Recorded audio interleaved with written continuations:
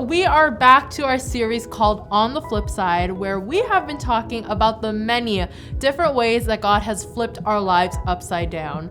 And let's talk about a certain phrase today, okay?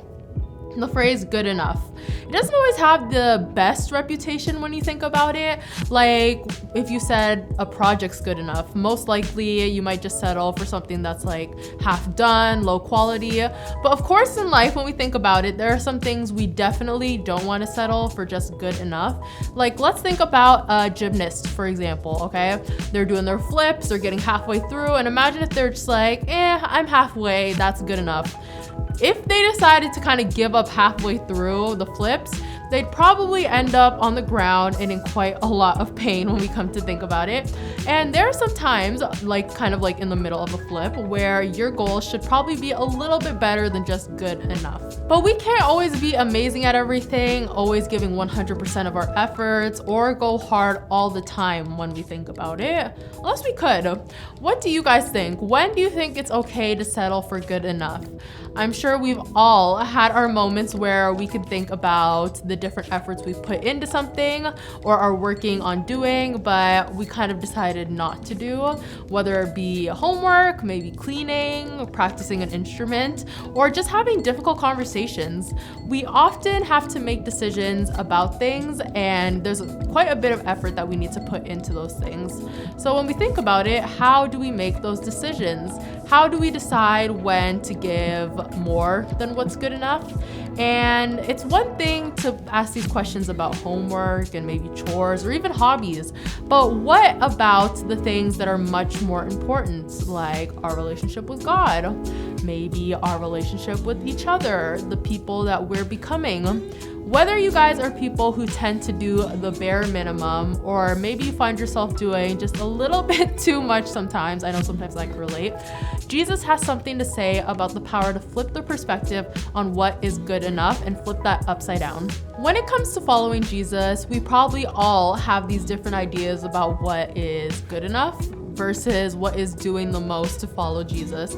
And when Jesus was here on earth, he definitely spent a lot of time talking to religious leaders and people alike about what was and what wasn't good enough in God's eyes. And many of these religious people thought that they could love God by probably following every single one of God's laws perfectly.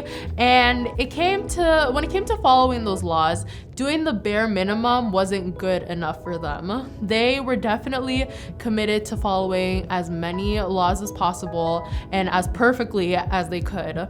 They even came up with some new laws so that they could follow those too, to kind of one up the system. But the desire that these religious people had to get the perfect score on their imaginary holiness report cards often led them to become self-righteous, judgmental, and even a bit self-centered.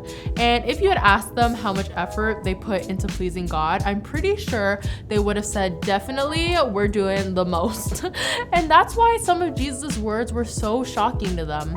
Instead of Jesus going and congratulating them on doing the most for God, Jesus often said, sorry, but that's not good enough.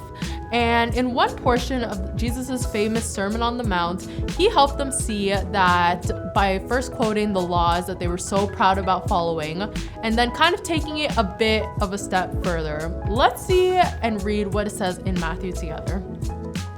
You have heard the laws that say the punishment must match the injury, an eye for an eye and a tooth for a tooth. But I say, do not resist an evil person. If someone slaps you on the right cheek, offer the other cheek also. If you have been sued in court and your shirt is taken from you, give your coat too. If a soldier demands that you carry his gear for a mile, carry it 2 miles. Give to those who ask, and don't turn away from those who want to borrow. You have heard the law say, love your neighbor and hate your enemy. But I say, love your enemies. Pray for those who persecute you. In that way, you will be acting as true children of your Father in heaven. For he gives his sunlight to both the evil and the good, and he sends rain on the just and the unjust alike. If you love only those who love you, what reward is there for that? Even corrupt tax collectors do that much. If you are kind only to your friends, how are you different from anyone else? Even pagans do that. But you are to be perfect, even as your Father in heaven is perfect.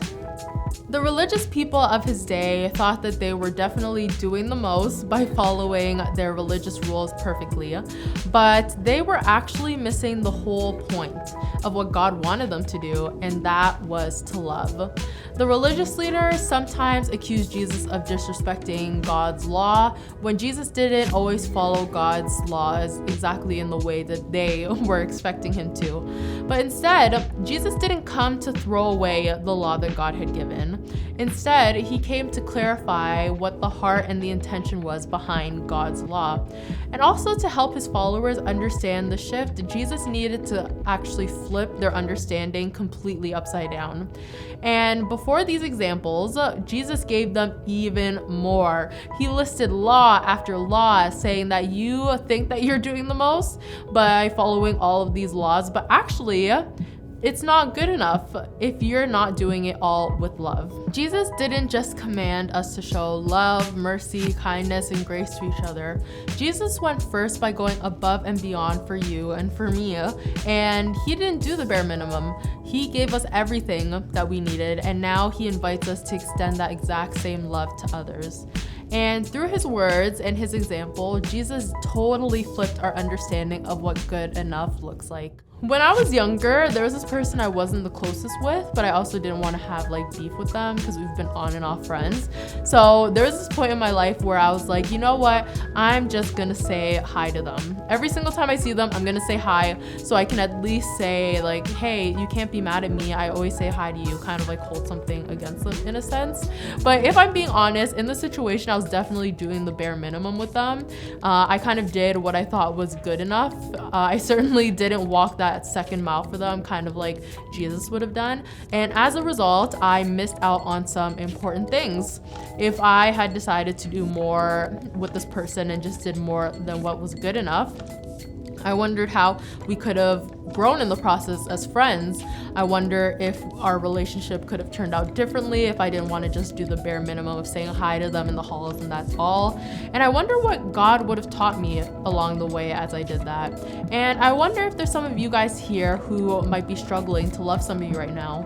Maybe it's because you've been in conflict with them, or maybe it's because they've hurt you unjustly.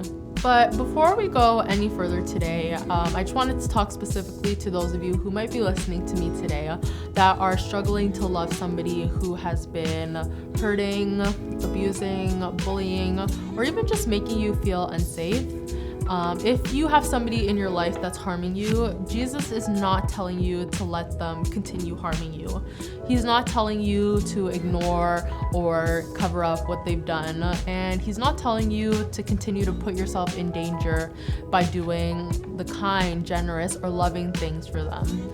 If somebody is harming you, one of the most loving things that you guys could do for them in the situation is to tell a trusted adult about it. And when you do this, you're able to get the person who might be hurting you the help that they need to change, or even just give them that accountability that they need to stop causing harm. You could also help prevent them from hurting anybody else, and you can also help yourself heal. If you think that this might relate to you, or you need help deciding if it does, don't leave here today without talking to a trusted adult. This could either be somebody at home. If you guys want to reach out to me, it's melissa@onechurch.to. There's people who are out here that want to help you and that love you and are going to help you through the situation. Okay, so who is somebody that you've been struggling to love right now? Is it a friend that you've had a fight with, an acquaintance that you can't stand, a family member that might be frustrating you, or maybe an adult that you disagree with? But once you've identified who that person was, my first question for you guys is to figure out, what is your first mile? What is the first steps that you guys can take and begin to show them mercy, kindness? Maybe you could pray for them, text them, be the first to apologize, smile when you see them. Think about what are those first steps that you guys can take. And once you guys figure out those first steps, what is the second mile that you can take for them? And this is where things get a bit interesting. How can you do what's more than good enough for the person that you're struggling to love? What would it look like if you fought for the relationship that you had with them, had a conversation with them that might have been a hard conversation. Give them more compassion, time, and energy that you can show them some care. And when you think about your second mile, if it seems too easy for you to do on your own strength, you may be not thinking big enough. The kind of love that Jesus invites us to extend to other people is bigger than anything that we're capable of giving on our own. And for that kind of love, we need God's help and guidance in His Spirit. And if you've never experienced that type of love for yourself, or you might not be specifically sure what that means or to know Jesus or His Spirit, it's available to you guys too right now. Jesus isn't hiding His love from you. He's offering it generously to you. So remember, Jesus refused to do the bare minimum for you and for me. Jesus flipped the script of what our understanding of what good enough is, and He gave us everything, and now He invites us to extend that same love to others. So let's remember that as we take it to prayer. Dear Jesus, thank you so much, and thank you that you don't do the bare minimum for us, God. I just pray that as we remember that truth, that you haven't given us the bare minimum, that we learn how to extend that love to other people.